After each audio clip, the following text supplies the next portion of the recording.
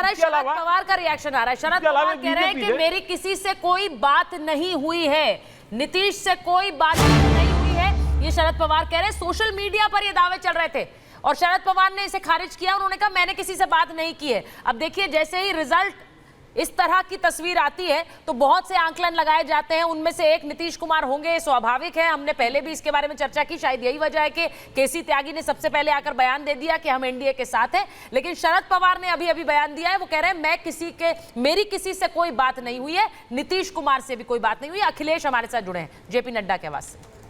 बिल्कुल, तो अब यहां पर देखना होगा क्योंकि लगातार यहां भी बैठकों का दौर जारी है। अखिलेश जी, क्या जानकारी मिल पा रही है, क्योंकि मुलाकातों का दौर, बैठकों का दौर यहां भी शुरू हो चुका है?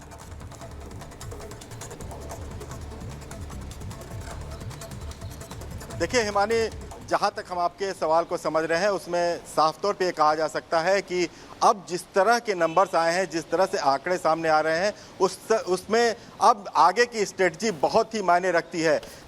जेपी नड्डा का अगर कहें पार्टी के तौर पे, तो जेपी नड्डा आज भी राष्ट्रीय अध्यक्ष हैं और राजनाथ सिंह और अमित शाह दोनों पूर्व राष्ट्रीय अध्यक्ष रह चुके हैं। पार्टी की हर गतिविधियों को, हर स्ट्रेटजी को, हर सिचुएशन को ये जानते हैं और आगे इसमें क्या कदम बढ़ाना है, कैसे इस आगे नरेंद्र मोदी 3.0 सरकार को लेके आगे बढ़ना है, ये सारी चीज़ें जो हैं वो अब पार्टी के भीतर बहस शुरू हो जाएंगी। इस बात का भी विश्लेषण किया जाएगा कि हम किस स्ट्रेटजी में चूक गए जिसकी वजह से ये नंबर जो उम्मीद की जा रही थी उतने नहीं आए। ये सारी चीज़ें हैं जो अब इस पार्टी के बड़े नेताओं को सोचना पड़ेगा। और ये हम कह सकते हैं कि जिस तरह से दो बड़े नेता, गृह मंत्री अमित शाह और रक्षा मंत्री राजनाथ सिंह, जेपी नड्डा जो राष्ट्रीय अध्यक्ष हैं उनके घर पे आए हैं, तो जाहिर सी बात है इन सभी मुद्दों पे बात होगी।